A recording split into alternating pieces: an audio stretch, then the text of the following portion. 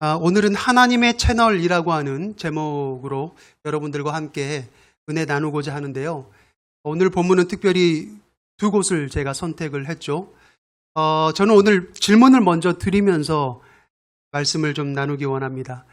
여러분, 만약에 보이지 않는 것들을 볼 수 있는 눈이 있다라고 한다면 여러분은 무엇을 보고 싶으신가요?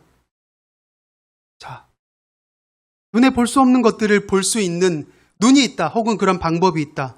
내가 보고 싶은 것, 뭐가 있어요? 사람의 마음. 네, 맞아요. 사람의 마음 정말 많이 이야기할 것 같아요. 그런데 제가 만약에 세상 사람들에게 똑같은 질문을 했을 때 가장 많은 그 대답으로 아마 여겨지는 것이라고 생각하는 게 있어요. 그게 뭐냐면 하나님을 보고 싶다는 거죠.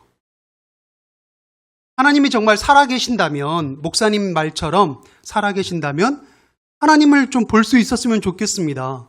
그러면 하나님이 살아계시는 걸 보게 된다면 천국과 지옥도 믿을 수 있을 것 같고, 그죠? 또 내가 교회를 다녀야 하나 말아야 하나라고 하는 여러 해 동안 쌓아온 질문들에 대해서 종지부를 찍을 수 있을 것 같거든요. 여러분 어떻습니까? 자, 그런데 오늘 우리가 함께 본 이 두 가지의 본문은 우리가 하나님을 어떻게 볼 수 있는지에 대해서 아주 깊이 통찰하고 사고할 수 있도록 도와주고 있어요. 우리 함께 고민을 좀 해보고자 합니다. 오늘 함께 본 로마서 1장 19절 20절 말씀은 사도 바울의 어떤 신학이 담겨 있는 고백이에요. 그런데 사도 바울의 통찰에 의하면 오늘 이 본문을 사도 바울은 두 가지의 논리 구조로 아주 명확하게 사람들에게 제시하고 있어요. 첫 번째 전제는 뭐냐면 하나님께서 이미 하나님을 알 만한 것을 사람에게 보여주셨다는 겁니다. 여러분 19절 한번 볼까요? 이는 하나님을 알 만한 것이 그들 속에 보임이라. 사도 바울이 한 말이에요. 그들이 누굽니까? 그들이 바로 사람들이에요. 저와 여러분 같은. 이게 무슨 의미일까요? 그러니까 사람이 하나님을 보고 싶어요. 그래서 바울에게도 하나님을 보여주면 하나님을 믿겠습니다라고 하는 사람이 있었겠죠. 그때 바울이 뭐라고 이야기해요? 이미 네가 사람들 속에서 하나님을 찾을 수가 있다, 볼 수 있다, 이런 말을 하는 겁니다. 창세기 1장 27절을 보면 하나님께서 사람을 창조하시는 장면이 나와요. 그런데 다른 것을 창조할 때하고는 다른 뭔가 특별한 것이 있죠. 그게 뭐예요? 하나님이 사람을 창조하실 때 누구의 형상을 따라 창조하였다고요? 하나님의 형상. 하나님 당신의 형상을 따라서 창조했다는 거예요. 누구를? 우리를, 사람을. 그래서 각 사람에게는 우리가 알지 못하지만, 우리가 깨닫지 못하지만 사실 그 사람 안에 누구의 형상이 있다는 겁니까? 하나님의 형상이 있다는 거고, 조금 다르게 이야기하면 하나님을 닮은 구석이 있다는 거죠. 하나님의 DNA가 있다는 거예요. 근데 문제는 우리가 이것을 잘 못 찾아요. 오늘 사도 바울의 이야기가 여러분 공감이 됩니까? 하나님을 좀 알고 싶어요. 보여주세요. 너 이미 보고 있어. 이 사람들 보면 이 사람들 안에 하나님을 알 만한 것들, 하나님을 볼 만한 것들이 다 있단다. 이렇게 이야기해요. 자, 그런데 이 말을 통해서 성도들이 들었을 때 아마 많은 성도들이 이 말에, 사도 바울의 말임에도 불구하고 크게 공감하지 못할 가능성이 굉장히 많습니다. 왜 그럴까요? 자신이 없기 때문이에요. 어떤 자신? 아니, 우리 우리 삶 가운데, 우리 인생 가운데 내가 하나님의 형상을 담게 만들어졌다면 누군가는 나를 보고 어떤 모습을 볼 수 있어야 돼요? 하나님의 형상을 볼 수 있어야 되잖아요. 근데 내 삶을 돌아보니까 누군가 나를 봤을 때 내 모습 속에서, 내 삶 가운데서 하나님을 볼 만한 인생이었는가라고 하는 질문을 대입해 봤을 때 자신이 없는 거죠. 그렇죠? 여러분, 이건 굉장히 중요한 문제입니다. 바울이 거짓말을 하지 않죠. 왜? 바울이 쓴 말이 만약 사람의 말이라면 그것은 성경을 정경화하는 과정에서 성령님께서 그 부분을 칼로, 맷으로 도려내세요. 그런데 하나님의 말씀은 한치의 오차가 없는 것이거든요. 성령의 감동으로 된 것들만 성경이 정경이 된 거예요. 이것은 사도 바울의 말이기 이전에 누구의 말입니까? 성령 하나님의 말씀이죠. 성령 하나님께서 우리 안에 하나님 당신을 알 수 있는 형상, DNA가 있다라고 말을 한다는 거. 여러분, 그렇다면 나는 과연 누군가 나를 봤을 때 내 말에서, 내 행동에서, 또 내 표정에서, 내 삶의 모든 어떤 행동 방식에서 하나님의 형상을 볼 수 있는가라고 하는 것. 나는 그렇게 살아가고 있는가라고 하는 것이 내가 찐 크리스찬이냐 아니냐를 판가름하는 기준이 된다는 거예요. 여러분, 중요한 게 있어요. 우리가 죽었어요. 나중에 누구에게 갑니까? 재판장에게 가는 거예요. 하나님이라고 하는 재판장에 갑니다. 이거는요, 여러분 오해하면 안 됩니다. 천국에 가면 재판장님께 재판 안 받아요? 그렇지 않아요. 천국에 가도 결산은 무조건 해요. 성경에 나와 있어요. 제 말이 아닙니다. 결산을 하는데, 결산을 할 때 하나님께서 너 천국에 잘 왔구나. 그래, 그럼 너 어떻게 살았지? 라고 결산을 하는데, 결산의 근거가 뭔지 아세요? 내 통장의 잔고액 수가 얼마나 있는가? 내가 이 세상 가운데 어떤 것을 남기고 살았는가? 여러분, 이것으로 하나님이 내 삶을 결산하지 않습니다. 무엇으로 결산하냐면, 네가 살아가면서 내가 너에게 숨겨준, 너에게 준 그 하나님의 형상을 네가 얼마나 밝히 드러내며 살았느냐, 이거를 가지고 결산하는 거예요. 나를 보고 하나님을 본다면 그 사람에게 나는 뭐가 되는 겁니까? 나는 전도지가 되는 거예요. 난 복음의 통로가 되는 거예요. 내 안에 하나님의 형상을 드러낼 수 있는 말과 행동과 삶의 방식들, 여러분, 그게 우리 안에 있어야 한다는 겁니다. 자, 그리고 두 번째 전제가 있어요. 두 번째 전제는 20절을 한번 먼저 볼게요. 자, 창세로부터 그의 보이지 아니하는 것들, 곧 영원하신 능력과, 누구의 능력을 말하는 겁니까? 이 세상을 창조하신 분, 하나님의 능력을 말하는 거죠. 자, 그리고 그 다음에 중요한 말이 나와요. 신성. 신성이 뭐예요? 하나님의 캐릭터죠. 하나님의 캐릭터. 그 신성이 그가 만드신 뭐에? 만물에. 하나님이 만드신 모든 것에, 조금 더 다르게 말하면 우리가 자연이라고 말하는 것들에도 우리가 의심할까봐 그 다음에 뭐라고 나와요? 그가 만드신 모든 만물에 분명히라는 말이 무슨 말입니까? 정확하게, 확실하게, 거짓 없이 우리가 의심할까봐. 무슨 자연에 하나님의 형상이 있어?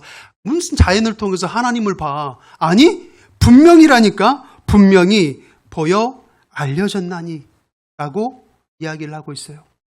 여러분, 하나님이 이 세상을 창조하셨어요. 우리가 보는 모든 것들은 하나님께서 창조하신 것들을 우리가 조금 바꿔서 빌딩도 만들고 차도 만들고 하는 것들이죠. 그죠? 하나님이 다 만드셨어요. 그런데 하나님이 만드신 모든 것에 분명히, 그냥 조금이 아니라, 어느 정도가 아니라 분명히 보여서 알려졌다라고 하는 거예요. 보여서 알려졌다는 것은 무슨 말입니까? 이것을 보고 이게 무엇인지를 알게 하기 위한 목적으로 보여졌다는 거예요. 그래서 여러분, 여기 20절의 마지막에 나온 보여 알려졌나니라고 하는 이 말을 한자로 바꾸면 그게 뭔지 아세요? 그게 바로 계시입니다. 요한계시록 있죠? 여러분, 우리가 요한계시록 이렇게 들으면 굉장히 신비한 어떤 성경이라고 생각하기 때문에 대부분의 정서가 좀 힘들어요. 요한계시록을 이야기하면 뭔가 감추어진 거. 이거 판도라의 상자야. 이거 잘못 열면 끝나는 거야. 이거를 열면 안 돼. 이렇게 생각하는 경향이 있어요. 그런데 계시록이라고 하는 것은 감추기 위해서가 아니에요. 감추려면 요한계시록이 우리에게 없어야죠. 계시는 보여서 알게 하는 게 목적입니다.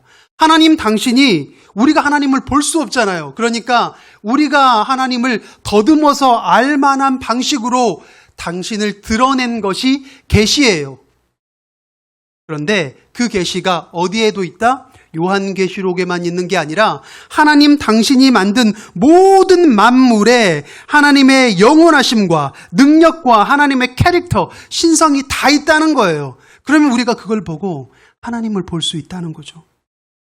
그래서 어떤 사람이 이렇게 말할 수 있어요. 너 왜 하나님을 못 믿었어?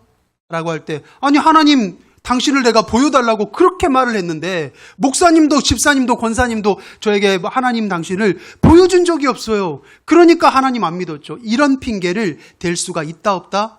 없다라는 거예요. 될 수가 없어요. 바울이 말하고자 하는 게 뭔지 아세요? 하나님에 대한 그 존재가 우리는 추론의 대상으로 생각해요. 하나님을 분석하고 하나님을 어떻게 있다 없다를 어떻게 이렇게 알아낼 수 있을까? 그런데 하나님은 그 추론의 대상이 아니라 하나님 당신이 이미 우리에게 보여주고 싶어서 안달이 나 있는 거예요. 그래서 우리에게 이미 그것을 다 보여줬어요. 어떻게? 먼저는 저와 여러분을 통해서, 내 옆 사람을 통해서, 심지어 하나님을 믿지 않는 사람들의 삶을 통해서도 우리는 하나님을 볼 수 있을까요? 없을까요? 신기하게도 그 사람들의 삶을 통해서도 하나님을 볼 수가 있어요. 뿐만 아니라 하나님이 만드신 모든 만물을 통해서 하나님을 볼 수가 있다는 겁니다. 계시의 대상으로 하나님을 우리가 이해해야 한다는 거예요.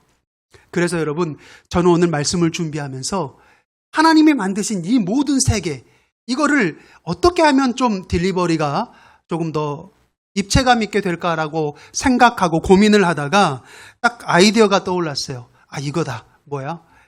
하나님이 만드신 모든 세계는요, 모든 만물은 우리가 찬양으로 우리 함께 부를 텐데, 주 하나님 지으신 모든 세계. 여기에는 하나님이 당신의 펜으로 긋고 사인하고 당신의 흔적을 남겨놓은 거예요. 그래서 하나님이 지으신 이 모든 세상은 하나님의 명함이라는 겁니다. 여러분, 명함의 기능이 뭐예요? 그렇죠. 내가 누구인지를 이 명함 보면 단 1초 만에 알아요. 딱 보는 순간 이 사람 차에 관련된 사람이다. 보험에 관련된 사람이다. 종교인이다. 아니면 선생님이다. 바로 알아요.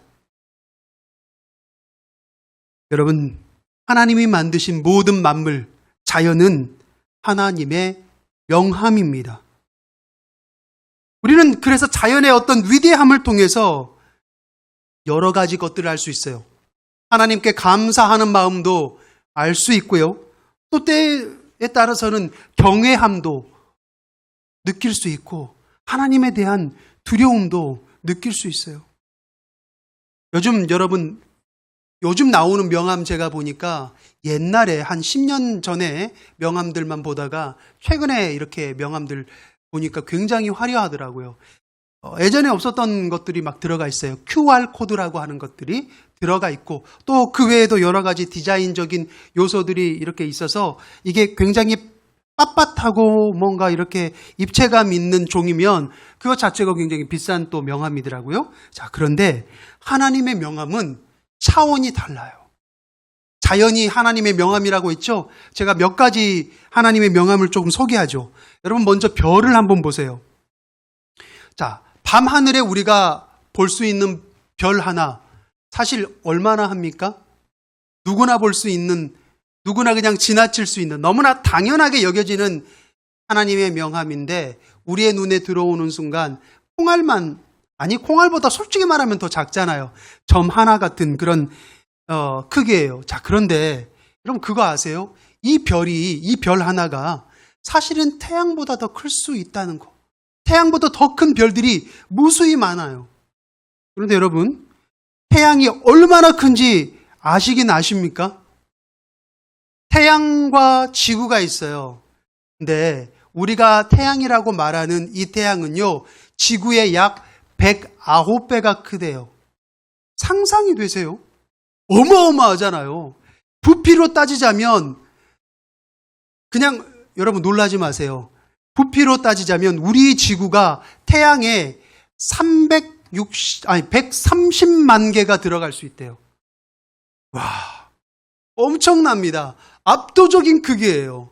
그런데 우리가 밤하늘에 흔히 볼 수 있는 점 하나 같은 별이 있잖아요. 그 별이 우리 지구를 130만 개를 넣을 수 있는 크기의 태양보다 사실 크다는 거예요.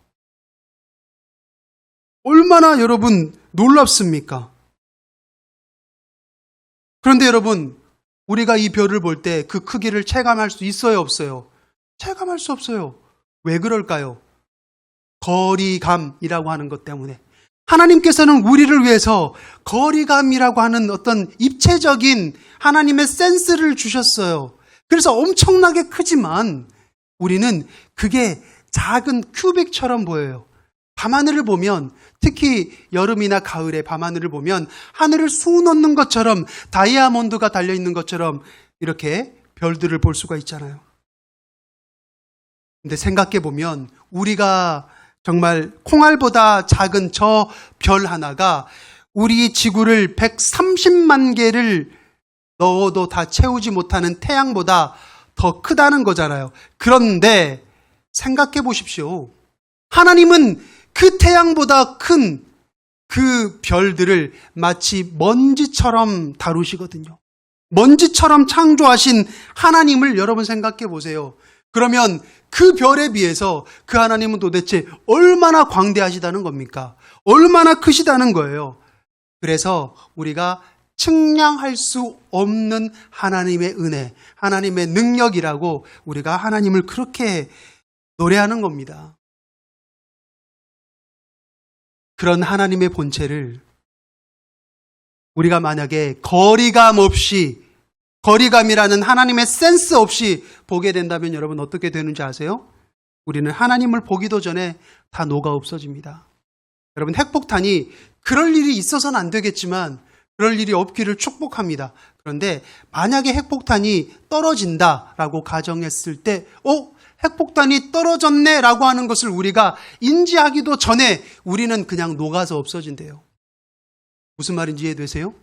그런데 하나님의 본체를 보여달라니요. 얼마나 이게 무식한 말인 줄 아십니까?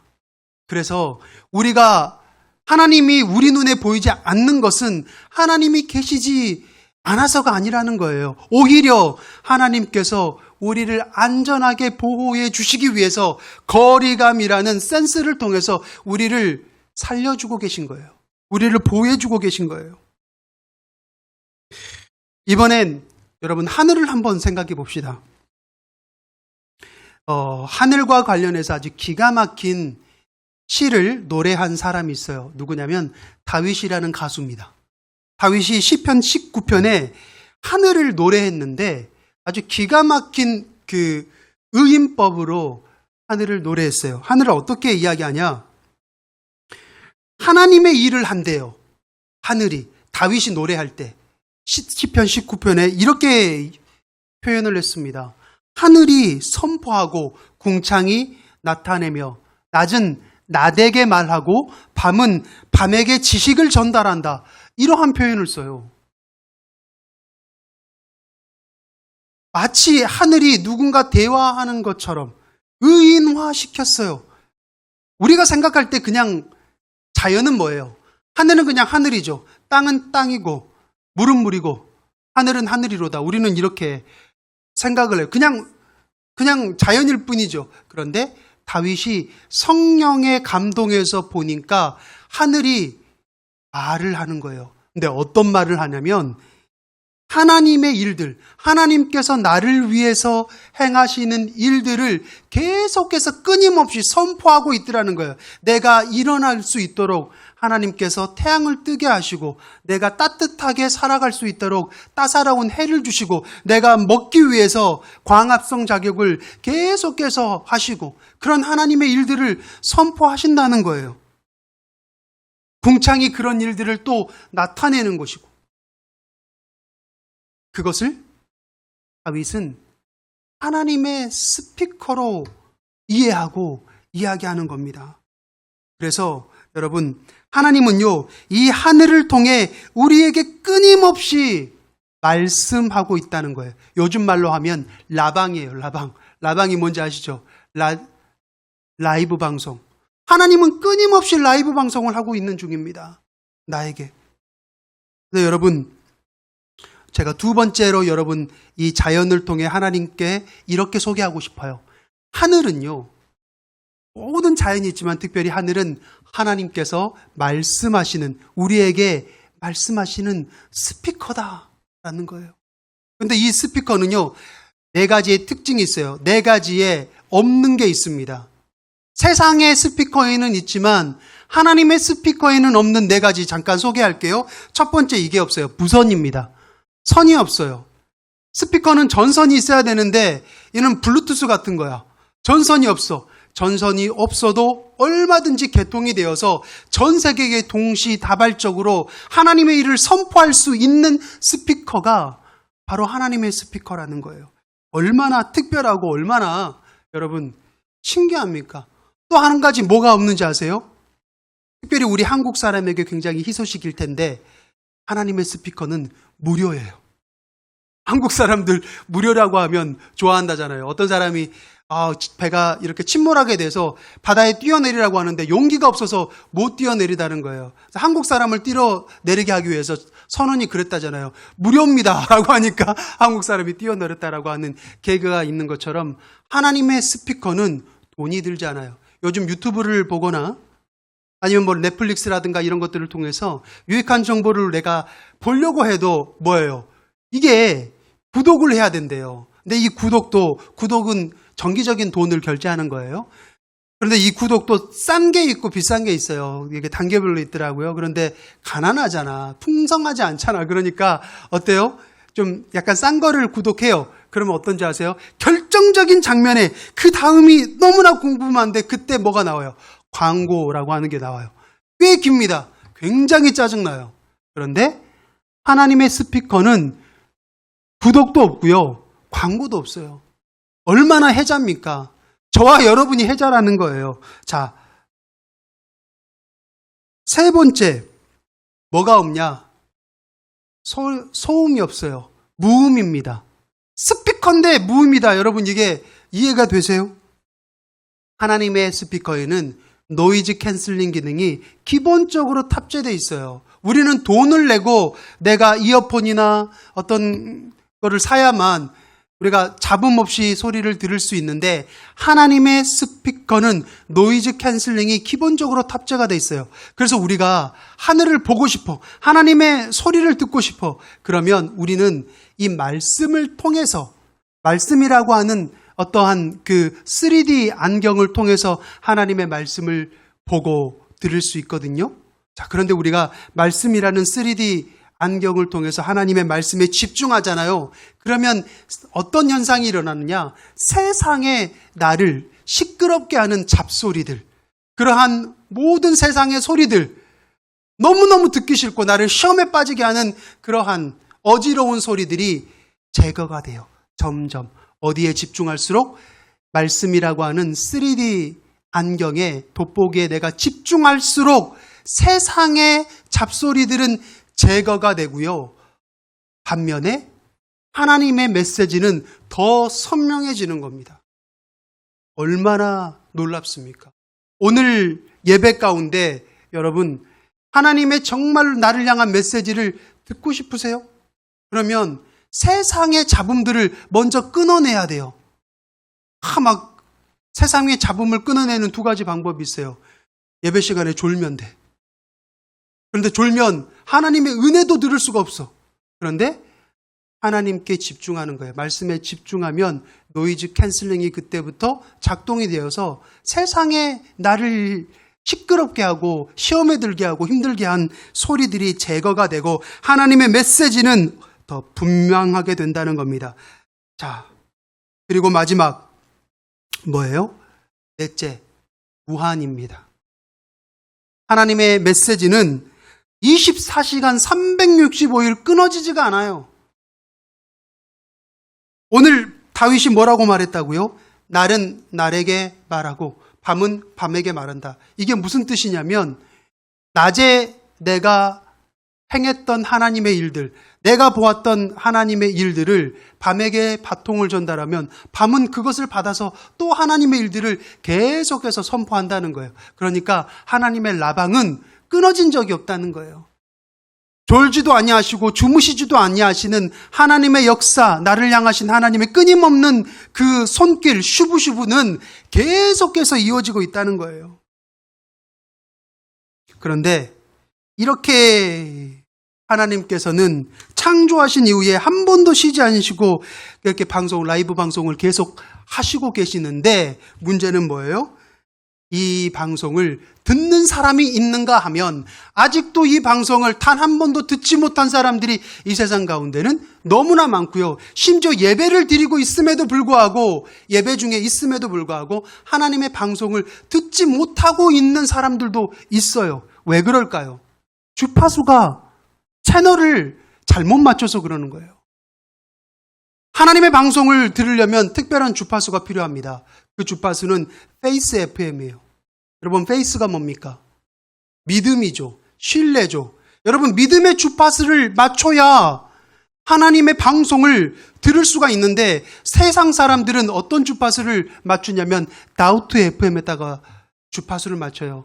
다우트가 뭐예요? 의심이죠. 의심의 주파수를 맞추는 사람들의 심리가 뭔지 아세요? 어차피 저 목사가 어떤 말을 해도 나는 내가 믿고 싶은 것만 믿겠다 해요. 답정너죠. 답은 이미 정해져 있어. 그래. 네가 어떤 말을 해도 하나님은 없어. 아니야. 라고 그냥 마음에 정하고 들어. 그러면 이게 다우트 FM이에요. 페이스 FM이 아니잖아요. 어떤 말을 해도, 하나님이 어떤 일을 행해도, 하늘이 24시간 라방을 나에게 해도 하나님의 말씀이 채널이 안 잡히니까 들릴 수가 없는 거예요. 그래서 여러분, 오늘 우리가 또 함께 본 말씀이 있죠. 어떤 말씀입니까? 전도서 3장 11절. 여러분, 여기에서는 역사상 인물들 중에, 인간들 중에, 일본어로 닌겐인가요? 닌겐들 중에 가장 지혜롭다라고 평가받은 사람이 있어요. 누굽니까? 솔로몬 왕. 이전에도, 이 이후로도 이만큼 지혜로운 사람이 없대요. 그런데 이 사람도 성경을 기록했어요. 그가 기록한 성경이 바로 전도서입니다. 그런데 세상에서 가장 지혜롭다라고 생각한 이 솔로몬이 기록한 이 전도서에는 이 세상의 부질없음에 대해서 굉장히 이야기합니다. 그런데 이 사람이라고 하니까 조금 건방져 보일 것 같네. 이 솔로몬 왕이 우리 사람이 가지고 있는 딜레마를 정확하게 꼬집었어요. 11절 제가 다시 한번 읽어드릴게요. 여러분, 의미를 한번 잘 곱씹어서 묵상해 보십시오. 하나님이 모든 것을 지으시되 때를 따라 아름답게 하셨고, 솔로몬도 굉장히 지혜로워요. 그래서 하나님께서 어떻게 일하시는지를 아는 거죠. 때를 따라 아름답게 하셨고, 또 사람들에게 무엇을 주셨다고 하나요? 영혼을 사랑하는, 사모하는 마음을 주셨느니라. 그런데 여기서 역전이 일어납니다. 여기서 딜레마가 나와요. 뭐냐? 그러나 하나님이 하시는 일의 시종을 사람으로는 측량할 수 없게 하셨도다. 여러분, 솔로몬이 너무나 정확하게 우리가 가지고 있는 딜레마를 지적했어요. 여러분, 사람은요, 영원한 것을 원하는, 소망하는 마음이 누구에게나 있습니다. 중국 최초의 통일국가를 이룬 사람이 누굽니까? 진시황이잖아요. 진나라의 시황. 근데 진시황이 세상의 모든 걸 다 가졌어. 남부러울 게 없어. 그런데 한 가지, 내가 이게 없어서 가슴이 뻥 뚫린 것 같아. 이것 때문에 살 수가 없어. 뭐예요? 영혼을 갖고 싶었어요. 그래서 세계 각국으로 자신의 신하들을 보내서 무엇을 구해오라고 합니까? 늙지 않는 불로초를 구해오라고 하잖아요. 근데 여러분, 솔직히 말해서 진시황까지 안 가도 알 수 있어요. 세상에 자기가 죽고 싶은 사람이 있습니까? 죽고 싶은 사람 아무도 없어요. 어떤 사람은 사람 죽고 싶은 사람도 있는데요. 근데 제가 볼 때는요, 죽고 싶은 사람 아무도 없어요. 죽고 싶다라고 하는 사람들은 어떤 사람들이냐면 사단에게, 어둠의 세력에 뭐예요? 가스라이팅 된 경우에는 간혹 내가 죽고 싶다라고 생각하는 사람이 있을 수는 있어요. 그러나 그것도 그의 진심은 아니라는 거예요. 이미 가스라이팅 되었기 때문에 이야기하는 거지, 그의 원래 본심은 죽고 싶은 사람 없습니다. 3대 거짓말이 있어요. 아십니까? 3대 거짓말. 이거 거짓말이래요. 어디야? 다 왔어, 다 왔어. 어디냐고. 그러니까 주차하고 있다고. 30분을 기다렸는데 안 와. 주차한다는 사람이. 여러분, 이 사람 왔어요, 안 왔어요? 이제 출발한 거예요. 여러분이 속으셨어. 이제 출발하면서 다 왔다라고 하는 거. 거짓말입니다. 자, 오랜만에 길을 건너다가 동창을 만났네? 이름이 기억 안 나. 이럴 때 있잖아요. 마트에서 동창을 만났네? 이름이 기억 안 나는데 얼굴은 알거든. 그러면 뭐라고 이야기해요? 두 번째 거짓말. 야, 우리 언제 밥 한번 먹자. 밥 한번 먹으려면 연락처를 물어봐야지. 연락처도 물어보지 않고 밥 한번 먹자. 특히 한국 사람들이 하는 거짓말. 마지막 세 번째 거짓말. 제가 한 번은 할머니 권사님한테 급하게 전화가 왔어. 권사님이 아파서 죽겠다는 거야. 그래서 권사님한테 갔어요. 밤늦게 갔습니다. 갔는데 이 권사님이 목사님 내가 늙어서 죽어야지. 늙은 자는 죽어야 돼. 그러는 거예요. 권사님 죽다뇨. 권사님 돌아가시면 안 돼요. 하나님께서 그것은 가장 편하게 모셔가실 거고요. 일단은 저랑 같이 갑시다. 그래서 병원에 모셔드렸어요. 가는 도중 계속 가는 내내 목사님 모르니까 그러지. 나 같은 년은 죽어야 돼. 늙은 년은 죽어야지. 서러워. 막 계속. 근데 가서 담당사 선생님을 보자마자 이분이 뭐라고 어떻게 변하는지 아세요? 죽어야 된다라고 죽으면서 뛰어나갔다고. 올해를 내가 넘기지 못할지 싶다고 막 그랬던 분이 의사 선생님 나 좀 살려주시오. 여러분, 죽겠다고 하는 거 다 거짓말이에요. 3대 거짓말입니다. 하나님은 사람에게 영혼을 사모하는 마음을 주셨어요. 그런데 문제는 뭐냐면 하나님의 일의 시종을 사람으로서는 깨달을 수 없대요. 여기서 말하는 시종은 처음과 끝이 아니라 하나님의 원리, 하나님의 비밀, 하나님의 계획함을 하나님은 왜 그런지 사람으로서는 깨달을 수 없다. 여러분, 이게 도대체 무슨 말이냐면 우리는 영원한 것을 소망하고 갈망하고 살아가지만 우리는 언젠가는 죽을 수밖에 없는 유한한 존재라고 하는 이 기가 막힌 모순 속에서 우리가 살아가고 있다는 거예요. 심지어 하나님께서 이렇게 만드셨다는 거예요. 중요한 게 그겁니다. 이 모순을 누가 설계했어요? 우리를 창조하신 하나님이 이 모순을 일부러 만들어 놓으셨다는 거예요. 우리 마음 가운데 어떤 DNA를 영혼을 갈망하고 사랑을 죽고 싶지 않은 이 마음을 하나님께서 딱 칩 반도체를 넣어놨는데 그럼에도 불구하고 나는 나이가 들고 늙으면 아니면 사고가 나서 전쟁이 나서 병이 나서 언젠가는 죽을 수밖에 없는 유한한 존재로 설계하셨다는 거예요. 여러분, 왜 그런지 아세요? 하나님은 우리가 바로 이러한 모순 때문에 하나님 당신을 찾도록 일부러 설계하셨다는 겁니다. 이상하죠? 아니, 어차피 죽을 존재에게 왜 영혼을 사모하는 마음을 주셨을까? 제가 비유를 한번 들어볼게요.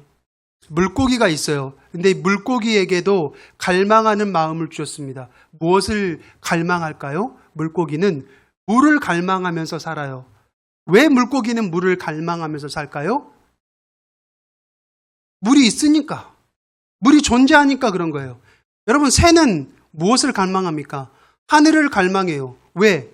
하늘이 존재하니까 그런 거예요. 하늘이 있으니까 그런 거예요. 얼마 전에 우리나라에 한국이라고 하는 아주 조그만 나라에 아이돌 멤버들이 전부 국가의 부름을 마치고 전역했다는 뉴스가 전 세계적으로 보도됐어요. 이런 일이 있을 수가 없거든. 한국이라는 나라는 정말 망한 나라고 최빈국이었고, 그런데 그 나라의 어떤 남자들이 23살이 됐다고, 23, 4살이 됐다고, 군역을 마쳤다고, 어때요? 전 세계적으로 보도가 됐어. 누굽니까? BTS죠. 그런데 여러분, 생각해 보세요. 전 세계의 많은 팬들이 도대체 왜 우리나라의 BTS를 갈망하냐고요. 갈망하는 이유가 뭡니까? BTS가 존재하니까 그런 거예요. BTS가 없으면 갈망하지 않지. 자, 그럼 하나님이 영혼을 갈망하는 본능을 우리에게 왜 주셨냐는 거예요. 똑같습니다, 답은. 영혼이 있으니까 그런 거예요. 영혼이 존재하니까 그런 겁니다. 그런데 우리에게 치명적인 문제가 있죠. 뭡니까? 우리의 눈이, 영적인 시력이 근시라는 거예요. 제가 언젠가 양의 특징을 이야기하면서 양이 초근시라고 했어요. 1m 앞에밖에 볼 수가 없다라고 했죠. 그래서 땅만 보고 살아갈 수밖에 없는 존재가 양이라고 했습니다. 그래서 예수님은 우리를 향하여 양으로 그렇게 비유하셨잖아요. 우리도 마찬가지예요. 우리는 영적인 근시입니다. 바로 앞밖에 볼 수 없어요. 그래서 앞에 있는 것들은 잘 보여요. 앞에 내가 잡을 수 있을 것 같은 권력이나 명예나 돈은 보이지만 멀리 있는 하나님은 볼 수가 없는 거예요. 그래서 하나님께서 우리에게 채널을 허락하셨고요. 돋보기를 하나 허락하셨어요. 그게 뭡니까?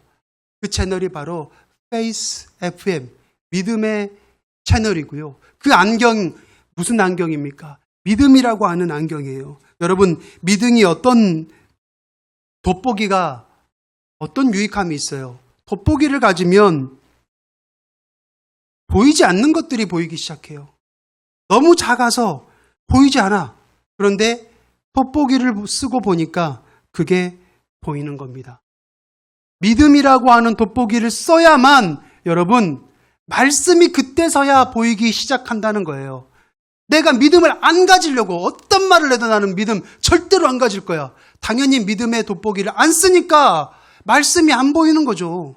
그러니까 은혜가 안 되는 거예요. 그러니까 여러분들이 백날 3년, 4년, 5년 예배를 드려도 하나님 말씀에 좆댓 구하를 못해. 좋아요, 댓글, 뭐예요? 구독, 알림 설정 못하는 거죠. 여러분, 마찬가지예요. 믿음이라는 이 돋보기는 망원경의 기능도 있어요. 먼 것, 하나님이 먼 것 같지만 가까이 보이게 할 수 있는 그러한 기능이 있고요. 현미경처럼 아주 작은 것도 보이는 겁니다. 우리가 왜 매주 예배를 드려야 하는지 짜증나잖아요. 솔직히 더워 죽겠는데 하나님 나한테 요즘 들어서 해준 것도 없고, 그 작게 보이는 은혜가 믿음을 통해서, 믿음이라는 현미경의 기능을 통해서 보니까 크게 보이는 거예요. 아, 이거 되게 나한테 작은 거 주셨다라고 생각하지만 그게 작은 게 아니라 굉장히 중요하고 굉장히 결정적인 은혜였다는 겁니다. 이 믿음의 돋보기, 믿음의 채널을 통해야 우리가 하나님을 볼 수 있는 거예요. 뜬금없는 광고 하나 하겠습니다. 우리가 오늘 예배가 끝나고 내일이 되면 내일 또 이제 정말 불더위 속에서 일주일이 시작이 되는데, 특별히 올해 여름 너무나 덥대요. 상상을 초월할 수 없대요. 그래서 더 더워지기 전에 우리 청년들을, 우리 다음 세대를 데리고 믿음의 채널을 보러 갑니다. 한여름의 쿨링타임이라고 하는 주제가 뭐냐면 너 내 동료가 되어라. 유치한 이 주제를 가지고 하나님의 채널을 확인하고 그것을 통해서 하나님의 어떤 살아계심을 느껴보는 시간을 가지려고 해요. 성도 여러분, 이 일을 위해서 기도해 주시고, 그리고 혹시 우리 가정 가운데 아니면 내 가까이에 믿음의 채널이 필요한데 믿음의 채널이 없어서 아직도 방구석에서 뒤집고 있는 내 자녀들 혹은 내 지인들이 있다면 믿음의 채널을 그들에게도 소개해주고 그들의 믿음의 채널을 가질 수 있도록 기도하는 위한 사역에 저와 여러분이 이 무더운 여름에 적극적으로 동참할 수 있길 주님의 이름으로 축복합니다. 기도하겠습니다.